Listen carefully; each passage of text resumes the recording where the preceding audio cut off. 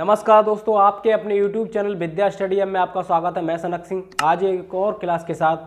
आज की क्लास में हम पढ़ने वाले हैं डायरेक्ट और इनडायरेक्ट। इससे पहले की हमने जो क्लासें कंप्लीट की हैं उसमें हमने एक्टिव पैसिव तक कंप्लीट कर लिया है, और जो भी हमारे छोटे भाई बहन हैं हाई स्कूल और इंटर वाले, उनके लिए हम स्पेशल इंग्लिश ग्रामर का पोर्शन स्टार्ट करे हुए हैं। और इससे पहले यदि आप हमारे चैनल में पहली बार आ रहे हैं तो वीडियो को लाइक कर लें, चैनल को सब्सक्राइब कर लें और बेल आइकन दबा लें, जिससे आने वाला नोटिफिकेशन आप तक पहुँच सके। तो आज की क्लास में हम पढ़ने वाले हैं डायरेक्ट इनडायरेक्ट। डायरेक्ट इनडायरेक्ट होते क्या है और बारीकी से समझेंगे। हर किसी एक स्टूडेंट का सपना होता है कि उसे डायरेक्ट और इनडायरेक्ट भी आने चाहिए। इससे पहले हमने एक्टिव पैसिव की क्लास कंप्लीट की, तो आज हम कंप्लीट करने जा रहे हैं डायरेक्ट एंड इनडायरेक्ट। डायरेक्ट और इनडायरेक्ट को समझेंगे और फिर समझने के साथ साथ हम सीखेंगे उसको आगे को कि किस प्रकार से डायरेक्ट से किसी भी सेंटेंस को इनडायरेक्ट में कैसे बना सकते हैं। तो शुरुआत करने से पहले वही हमारा टॉपिक रहेगा, समझाएंगे बारीकी से कि डायरेक्ट होता क्या है, डायरेक्ट एंड इनडायरेक्ट।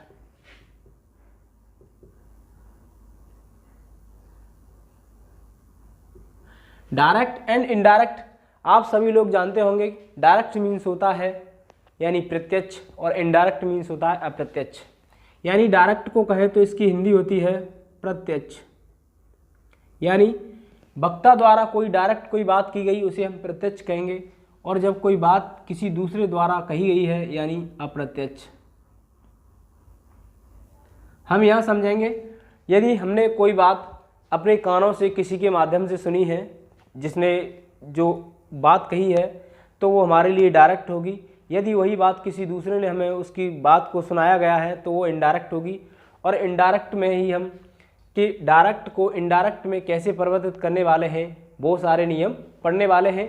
तो सबसे पहले हम बताना चाहेंगे कि डायरेक्ट और इनडायरेक्ट यानी डायरेक्ट से इनडायरेक्ट बनाते हैं, और बनाने के साथ साथ समझेंगे पूरा प्रोसेस कि डायरेक्ट से इनडायरेक्ट में किस प्रकार कन्वर्ट करेंगे और कितने भाग होते हैं और कितने प्रकार के भी होते हैं। तो सबसे पहले हम एक उदाहरण लेंगे और उदाहरण के माध्यम से समझाना चाहेंगे कि कौन सा भाग क्या कहा जाएगा और कौन सा भाग क्या कहा जाएगा, उसे समझने की पूरी कोशिश करेंगे। तो सबसे पहले एक एग्जांपल लेंगे, जैसे Ram said comma inverted comma Mohan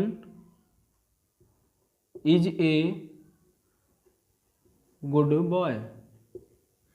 यहाँ हम समझने वाले हैं केवल कि जब हम डायरेक्ट है कोई वाक्य और उसको इनडायरेक्ट परिवर्तित करेंगे, और परिवर्तित करने के नियम हैं वो बारीकी से समझेंगे। और उससे पहले हम समझना चाहेंगे कि यहाँ पर क्या है कि दो वाक्य दिए हैं। पहला दिया गया है एक कॉमा से पहले और एक इन्वर्टेड कॉमा में।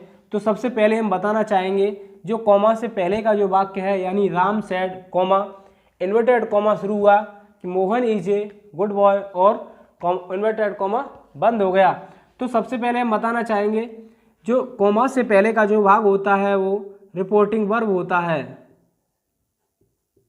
रिपोर्टिंग वर्ब यानी जो हमारा ये भाग होता है पहला वाला भाग, उसे हम रिपोर्टिंग वर्ब कहते हैं, तथा जो कॉमा इन्वर्टेड कॉमा में जो बंद होता है जो वाला भाग, उसे हम रिपोर्टेड स्पीच कहते हैं। Reported speech. यही समझने वाले हैं।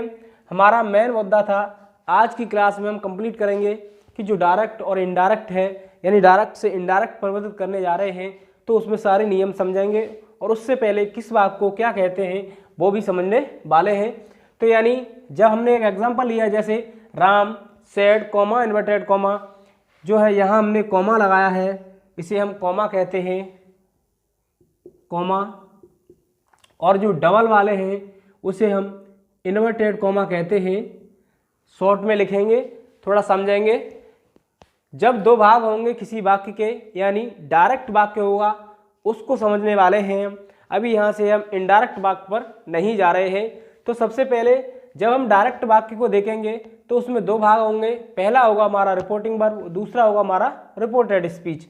यानी जो कॉमा से पहले का भाग होगा वो होगा हमारा रिपोर्टिंग वर्ब, तथा कॉमा के बाद वाला जो वाक्य होगा वो होगा हमारा रिपोर्टेड स्पीच, या जो भाग होगा वो होगा हमारा रिपोर्टेड स्पीच। तो आइए हम बताना चाहेंगे कि ये तो रहे हमारे किसी भी डायरेक्ट वाक्य के भाग। अब यहाँ से हम शुरुआत करेंगे और शुरुआत करने से पहले यही हम समझना चाहेंगे कि जो भी डायरेक्ट वाक्य होते हैं और उनको हम इनडायरेक्ट में परिवर्तित करते हैं, तो हम यहाँ पर बात करेंगे कि कितने प्रकार के होते हैं। क्या कि डायरेक्ट से इनडायरेक्ट हम जब बनाएंगे,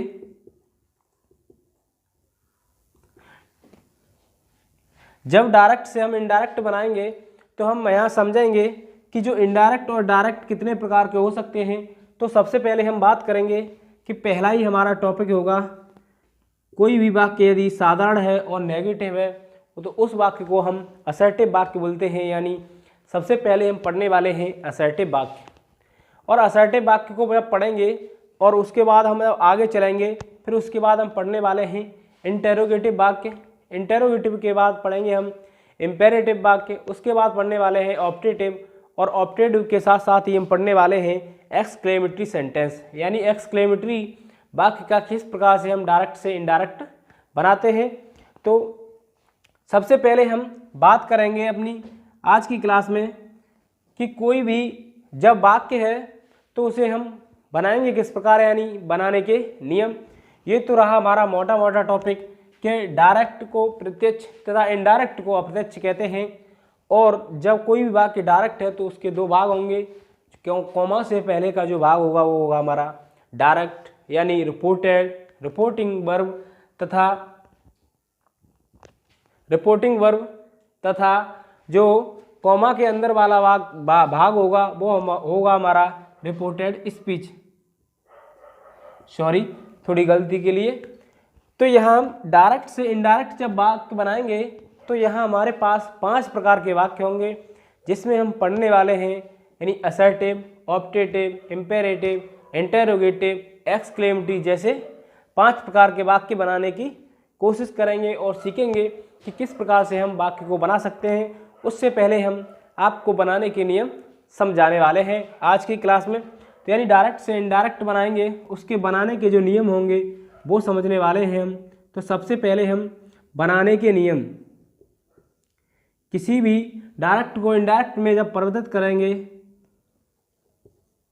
तो उसके लिए हमें क्या होगा, नियमों की बहुत आवश्यकता होगी। तो यहाँ हम सबसे पहले बताना चाहेंगे कि पहला ही हमारा नियम है, कर रहे हैं बनाने के नियमों की, यानी डायरेक्ट से इनडायरेक्ट किस प्रकार से बनाते हैं वो डिस्कस करने जा रहे हैं। तो सबसे पहले हम बात करना चाहेंगे कि यदि कोई वाक्य असर्टिव है यानी हमारा सिंपल है या नेगेटिव है तो वो किस प्रकार से परिवर्तित होगा।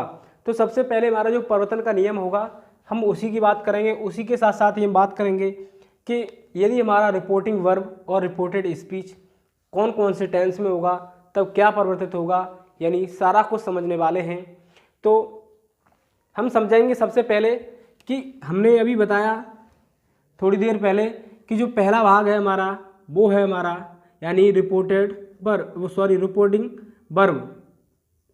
जो हमारा रिपोर्टिंग वर्ब है वो किस प्रकार होना चाहिए और जो हमारा रिपोर्टेड स्पीच है वो किस प्रकार होना चाहिए, यहाँ हम समझने वाले हैं। बारीकी से समझेंगे, सारे नियम सारे वाक्यों में एक ही नियम लागू होने वाला है और हम समझेंगे कि किस प्रकार से डायरेक्ट से इनडायरेक्ट में कन्वर्ट करेंगे। तो सबसे पहले हम बता दें, हम किसी भी वाक्य को बनाने से पहले हम चेक करेंगे कि वो वाक्य किस टेंस में दिया गया है। तो यहाँ हमारा जो रूल नंबर फर्स्ट और रूल नंबर हम फर्स्ट में पढ़ने वाले हैं कि father says comma inverted comma you are a good boy, यानी किस प्रकार से डायरेक्ट से इनडायरेक्ट में कन्वर्ट होगा। तो यहाँ हम सबसे पहले बात करेंगे कि हमारा हमने चेक किया कि जो रिपोर्टिंग वर्ब है वो क्या है हमारा सेज यानी प्रेजेंट इंडेफिनिट में है। तो हम बता दें आप सभी लोगों को और हमारे जो यूट्यूब के दर्शक हैं कि जब भी कोई वाक्य या प्रेजेंट इंडेफिनिट या प्रेजेंट में या फ्यूचर टेंस में होगा तब उस वाक्य में कोई परिवर्तित नहीं होगा, यानी कोई भी परिवर्तन नहीं होगा। जी हाँ, आपने सही सुना। जब कोई भी वाक्य प्रेजेंट टेंस व फ्यूचर टेंस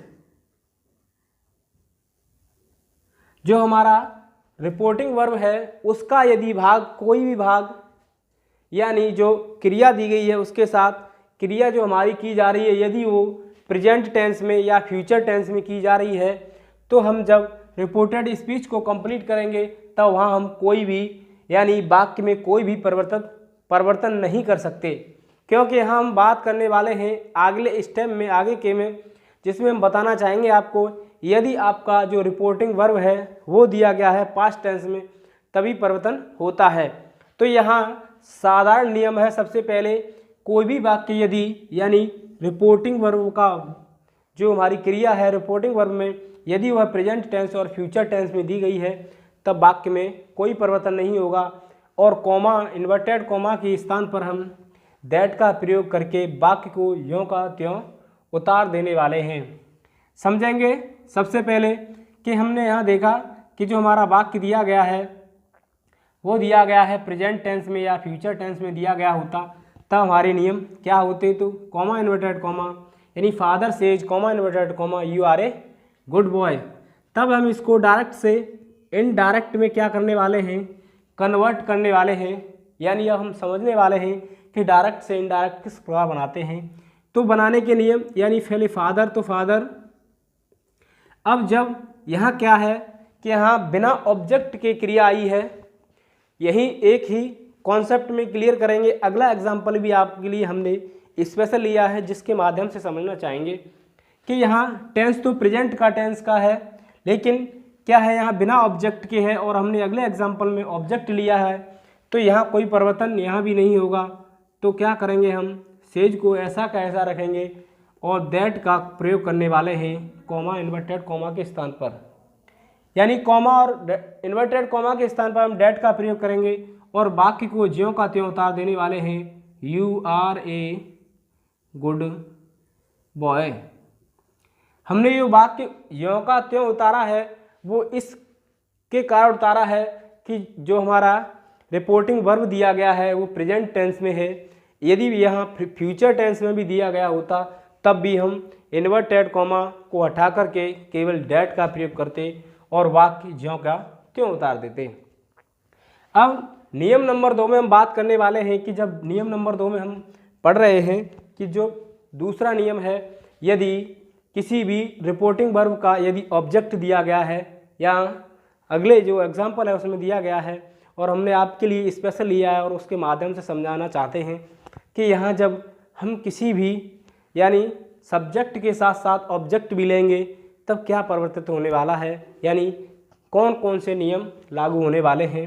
तो सबसे पहले हम बताना चाहेंगे जब हमारा रिपोर्टिंग वर्ब का सब्जेक्ट के साथ साथ ऑब्जेक्ट भी होगा तब हम से को यदि से टू दिया गया है तो उसे हम टेल में परिवर्तित कर देंगे, तथा सेज टू दिया गया है तब हम उसको टेल्स में परिवर्तित कर देंगे। यानी यही 2 नियम लागू होने वाले हैं। यदि रिपोर्टिंग वर्ब का जो ऑब्जेक्ट दिया गया है और कॉमा इन्वर्टेड कॉमा के स्थान पर हम दैट का प्रयोग करेंगे और बाकी का जो वाक्य है ज्यों का त्यों उतारने वाले हैं। जैसे फादर यानी सेज टू राम, तो सेज टू को जब परिवर्तित कर देंगे हम तो टेल्स राम, इस प्रकार से परिवर्तित होगा। यानी सेज टू को हम टेल्स में परिवर्तित कर रहे हैं क्योंकि, और यहाँ हम क्या करेंगे कॉमा इन्वर्टेड कॉमा के स्थान पर वाक्य कैसा है हमारा असर्टिव है तब दैट का प्रयोग कर रहे हैं। समझेंगे यहाँ हम इस क्लास में पढ़ रहे हैं असर्टिव वाक्य। तो असर्टिव या असर्टिव में 2 प्रकार के वाक्य होते हैं, एक तो सिंपल हो सकता है और एक नेगेटिव।